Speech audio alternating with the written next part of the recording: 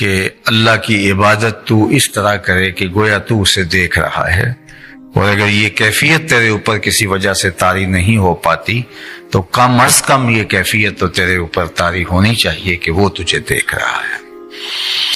تو یہ جب کیفیت ہو کہ میرا اللہ مجھے دیکھ رہا ہے، محبت کی نگاہ سے دیکھ رہا ہے، تو پھر تو انسان کی توجہ کیسے بھٹک سکتی ہے، وہ کیسے اپنی سوچوں کو آوارہ ہونے دے سکتا ہے جب یہ تصور جمع ہوا ہو کہ میرا رب مجھے دیکھ رہا ہے۔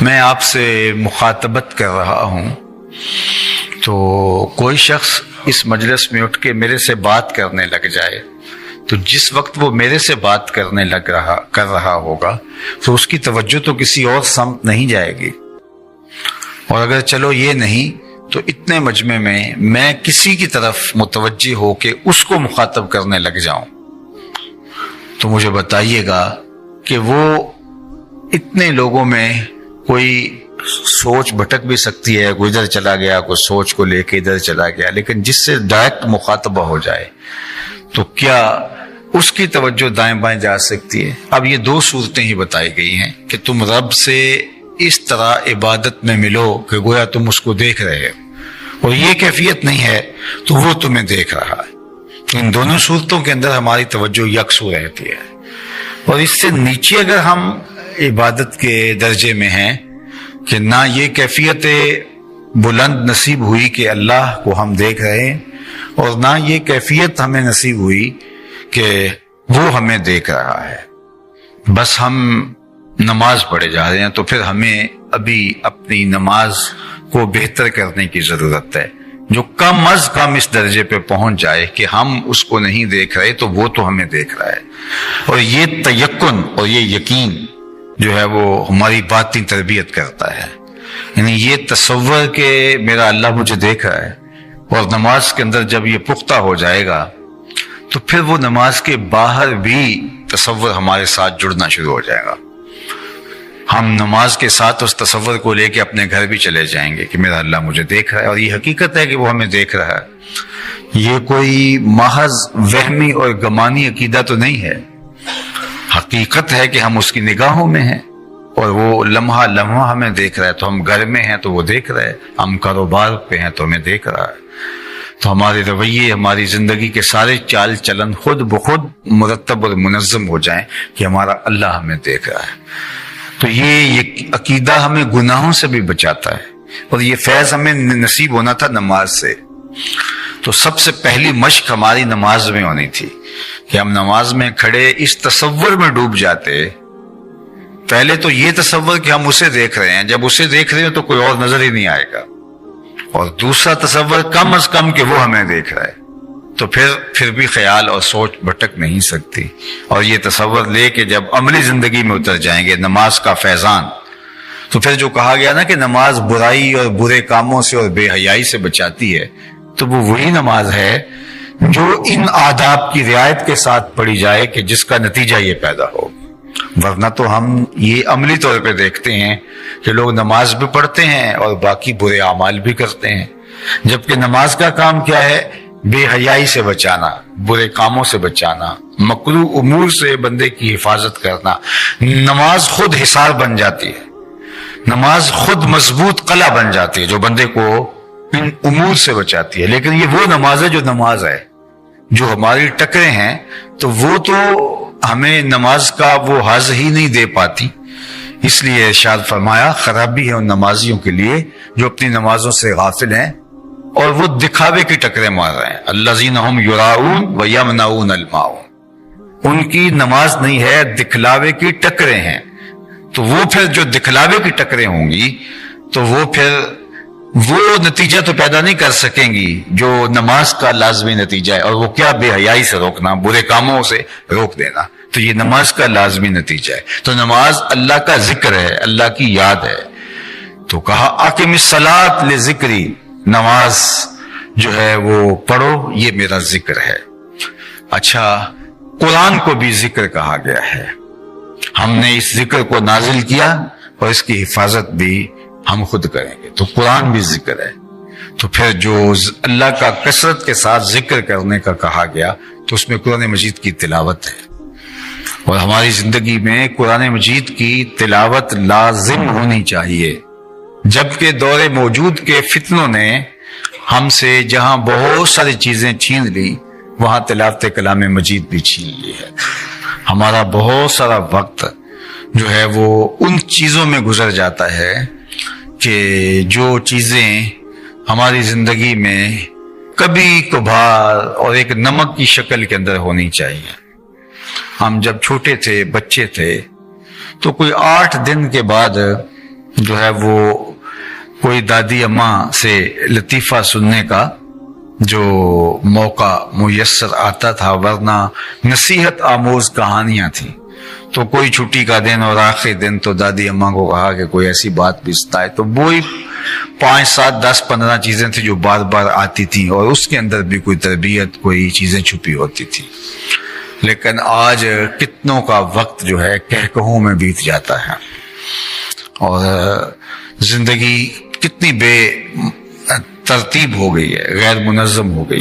یہ جو نماز ہے یہ بھی اللہ کے ذکر کی ایک صورت ہے۔ اقم الصلاۃ لذکری، اللہ نے قرآن مجید میں ارشاد فرمایا نماز قائم کرو میرے ذکر کے لیے، میری یاد کے لیے۔ یہ بھی اللہ کی بارگاہ میں ہم حاضری لگوانے آتے ہیں۔ 5 ٹائم ہم کام چھوڑ کے بھاگ آتے ہیں، گھر چھوڑ کے بھاگ آتے ہیں، ہم کھیل کے میدان میں ہوں تو بھاگ آتے ہیں، ہم دوستوں میں بیٹھ کے گپ شپ لگا رہے ہوں تو بھاگ آتے ہیں، ہم سوئے ہوئے ہو تو اٹھ کے بھاگ آتے ہیں، ہم کھانا کھا رہے ہوں تو چھوڑ کے بھاگ آتے ہیں، شادی میں ہو تو چھوڑ کے بھاگ آتے ہیں۔ تو 5 مرتبہ ہم سارے کاموں سے جس بھی نوعیت کا کام کیوں نہ ہو، امور سلطنت سر انجام دے رہے ہوں، یا اپنے بچوں میں بیٹھے ہوں، یا بیوی کے ساتھ بیٹھ کے ملاعبت کر رہے ہوں، یا کھیل کود میں مصروف ہوں اپنے دوستوں کے ساتھ، یا اہم ترین کاموں میں لگے ہوئے ہوں، ہم جو بھی کر رہے ہوں سب چھوڑ کے 5 مرتبہ آ کے رب سے کہتے ہیں مالک یہ کام کاج دنیا کے یہ تو ہمارے ذمے ہیں، لیکن ہم حاضری لگانے آئے، ہم تیرے ہی بندے۔ تو یہ گویا اپنی وفاداری بتانے آتے ہیں، اور یہ عرض کرنے آتے ہیں کہ مالک ہم تجھے فراموش نہیں کیا، تجھے بھولے نہیں ہیں۔ تو اس لیے نماز اللہ کی یاد کا ذریعہ بن گئی۔ اقم الصلاۃ لذکری، نماز پڑھو میرے ذکر کے لیے، مجھے یاد کرنے کے لیے۔ تو پھر جب بندہ اس کو یاد آ رہا ہو اور بندہ اسے یاد کر رہا ہو تو پھر درمیان میں کوئی چیز اور مخل نہیں ہونی چاہیے۔ تو یادوں کا ہجوم اس طرح کا ہو کہ رکوع ہے، قیام ہے، سجدہ ہے، قومہ ہے، جلسہ ہے، استراحہ ہے، کچھ بھی ہے، ہر حالت کے اندر اس کی یاد کا غلبہ نماز کے اندر ہو، اور نماز کی حقیقت کو، عبادت کی حقیقت کو حدیث جبریل میں بیان کیا گیا ہے۔ اللہ کے محبوب صلی اللہ علیہ وآلہ وسلم نے ارشاد فرمایا حق المسلم علی المسلم 5، مسلمان کے اوپر 5 حق ہیں، اور ان کا ادا کرنا ان کے لیے لازم اور ضروری ہے۔ سب سے پہلا حق رد السلام، سلام کا جواب دینا۔ جب کوئی السلام علیکم کہے تو اس کا جواب وعلیکم السلام سے دیا جائے، ورحمۃ اللہ وبرکاتہ اگر کہا جائے تو یہ ایک احسن طریقہ ہے سلام کے جواب کا۔ حتیٰ کہ اگر کوئی مکتوب لکھے، کوئی خط لکھے، یا آج کل یہ جدید ذرائع ہیں میسج کے، تو اس کے ذریعے کسی کو سلام لکھے تو اس کا بھی وہ جواب دے۔ اللہ کے محبوب نے ہمیں سلام پھیلانے کی ترغیب دی ہے، افشوا السلام، فرمایا کہ سلام کو پھیلاؤ، چونکہ سلام میں ہم ایک دوسرے کو ضمانت دے رہے ہوتے ہیں، السلام علیکم، تمہیں سلامتی ہو۔ تو جب میں یا آپ کسی کو یہ کہہ رہے ہوتے ہیں تو گویا ہم اپنی جانب سے اسے اطمینان دلا رہے ہوتے ہیں کہ تیری عزت، تیری آبرو، تیرا مال، تیری جان میری جانب سے محفوظ ہے۔ تو وہ آگے سے کہتا وعلیکم السلام، میرے بھائی اگر تیرے یہ جذبات ہیں اور تو مجھے سلامتی کی ضمانت دے رہا ہے تو وعلیکم السلام، میری جانب سے تمہیں بھی ضمانت ہوئی کہ تیری عزت، تیری آبرو، تیرا مال میرے سے محفوظ ہے۔ تو گویا یہ تحیت المسلم جو سلام کی صورت میں ہمیں رواج دینے کا، عام کرنے کا کہا گیا ہے، تو یہ ایک مطمئن اور پرامن معاشرت کی تشکیل کا ذریعہ ہے۔ جب ہم صرف زبان سے نہیں بلکہ ہم پورے عزم کے ساتھ اور جو کہا جا رہا ہے اس کے مفاہیم کو اور مطالب کو جانتے سمجھتے شعوراً السلام علیکم کسی کو کہہ رہے ہوں، تو پھر یہ ہو نہیں سکتا کہ ہم اس کی آبرو اور عزت پر حملہ آور ہو سکیں، کیونکہ ہم سلامتی اور امان اسے دے چکے ہیں، اور وہ بھی جب آگے سے کہتا ہے تو ہمیں اس کی جانب سے بھی بے فکر ہونا چاہیے۔ اگرچہ ہم نے یہ ساری چیزیں دور موجود میں رسمی بنا لی ہیں، سلام بھی لے رہے ہوتے ہیں اور دوسرے کی جڑیں بھی کاٹ رہے ہوتے ہیں، لیکن ہمیں حقیقی معنوں میں سلام کی مقصدیت کو سمجھنے کی ضرورت ہے، اور وہ مقصدیت یہی ہے کہ ہم کسی کو امان دے رہے ہیں، ضمانت دے رہے ہیں سلامتی کی، اور اللہ کے محبوب علیہ السلام نے اس پر بہت زور دیا ہے کہ سلام کو عام کیا جائے۔ تو ایک تو مسلمان کا مسلمان پر یہ حق ہے کہ وہ سلام کا جواب دے۔ دوسرا حق وعیادۃ المریض، مریض کی عیادت کرنا۔ چونکہ مریض جب مرض میں مبتلا ہو جاتا ہے تو وہ بیماری کے ساتھ ساتھ وہ ایک تنہائی محسوس کرتا ہے، اور اس وقت اس کی جب دلجوئی کی جاتی ہے تو وہ دلجوئی اس کی آدھی بیماری کو درست کر دیتی ہے۔ البتہ یہ ہمیں کہا گیا ہے کہ مریض کے پاس جا کے اتنی دیر بیٹھنا کہ اس پر بھاری پڑ جائے اور اس کو تکلیف پہنچے، اس سے گریز کیا جائے۔ افضل العیادہ سرعۃ القیام، سب سے افضل عیادت یہ ہے کہ بہت کم وقت مریض کے پاس بیٹھا جائے، جلدی اٹھ کے آپ چلے جائیں، تو یہ افضل ترین عیادت ہے، نہ کہ وہاں دھرنا دے کے بیٹھ جائیں اور وہ بیچارے تنگ پڑ جائیں۔ بالخصوص ہاسپٹلس کے اندر جگہ بھی کم ہوتی ہے اور وہ بار بار اٹھا بھی رہے ہوتے ہیں، تو کچھ لوگ بس ادھر ادھر کی بات میں بہت وقت لگا دیتے ہیں۔ جائیں، دلجوئی کریں اور دعائیں دیں، اور اللہ کے حضور بھی ملتجی ہوں کہ اللہ اسے اپنی جناب سے کامل شفا اور اپنی رحمتیں اس کا مقسوم فرما۔ تو دوسرا حق مسلمان کا مسلمان پر یہ ہے کہ عیادت المریض، اور تیسرا حق یہ ہے واتباع الجنائز، وہ جنازے میں حاضر ہونا۔ اگر کوئی فوت ہو جاتا ہے، انتقال کر جاتا ہے، تو ارشاد فرمایا تیسرا حق مسلمان کا واتباع الجنائز، جنازوں کے اندر شامل ہونا ہے۔ جتنے قدم جنازوں میں شامل ہوا جاتا ہے اتنے قدم نیکیاں اور گناہوں کی معافی اور اللہ کی رحمتوں کا حصول ہوتا ہے، اور یہ مسلمان کا مسلمان پہ حق ہے۔ یہ اس کا آخری پروٹوکول ہے اس دنیا کے اوپر۔ جب وہ جا رہا ہے تو اس کے جنازے میں لوگ ہوں، تکریم کے ساتھ، عزت کے ساتھ اس کو رخصت کریں، اس کے لیے دعائیں کریں اللہ کے حضور اس کی مغفرت اور بخشش اور اس کے لیے خاص رحمتیں اس کے حضور سے طلب کریں۔ اور یہ بات ذہن میں رکھیں کہ جب ہم جنازے کی دعا پڑھتے ہیں تو یہ صرف مرنے والے کے لیے نہیں پڑھتے، یہ اپنے لیے بھی ہم اللہ سے بخشش مانگ رہے ہوتے ہیں۔ اللہ مغفر لحینا و میتنا، مرنے والے کے لیے تو بعد میں مانگ رہے ہوتے ہیں، پہلے ہم اپنے لیے اللہ سے غفران و رحمت کی آرزو کر رہے ہوتے ہیں۔ تو اگر ہماری دعاؤں سے مرنے والے کی مغفرت ہوتی ہے تو ہماری پہلے ہو جاتی ہے۔ تو اس لیے جنازوں میں شامل ہو کر کے اور ان لوگوں کو سپرد خاک کرنے کی سعادت ہمیں پانی چاہیے۔ علماء نے یہ لکھا ہے کہ اگر کوئی شخص جنازے سے ہی واپس آنا چاہے تو وہ وارثوں سے اجازت لے کے واپس آئے، اور اگر وہ قبر تک گیا ہے تو پھر واپس آتے ہوئے اس کو وارثوں سے اجازت لینے کی ضرورت نہیں ہے۔ تو یہ مسلمان کا مسلمان کے اوپر تیسرا حق ہے جو حدیث پاک میں بیان فرمایا گیا۔ چوتھا حق مسلمان کا مسلمان پر واجابۃ الدعوہ، دعوت کو قبول کرنا۔ شادی کی دعوت ہے، ولیمے کی دعوت ہے، تو اس کو قبول کیا جائے۔ ہاں علماء نے کہا کہ اگر اس میں منکرات ہوں، کوئی خرافات وہاں ہوں، تو ایسی دعوت کو رد کر دینا چاہیے۔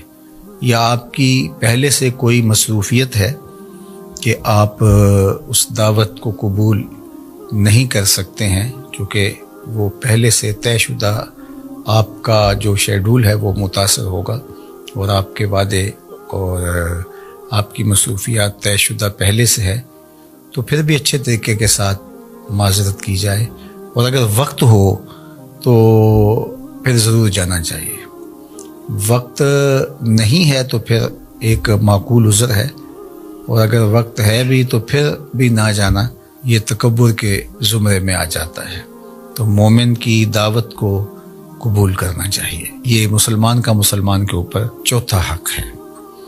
پانچواں حق و تشمیت العاطس، کسی نے چھینک ماری تو اس نے الحمدللہ کہا تو اس کے جواب میں یا رحمک اللہ کہے، تو یہ باقاعدہ باقی حقوق کی طرح مسلمان کا مسلمان کے اوپر حق ہے، اور اس کو ادا کرنا اس کے اوپر لازم ہے۔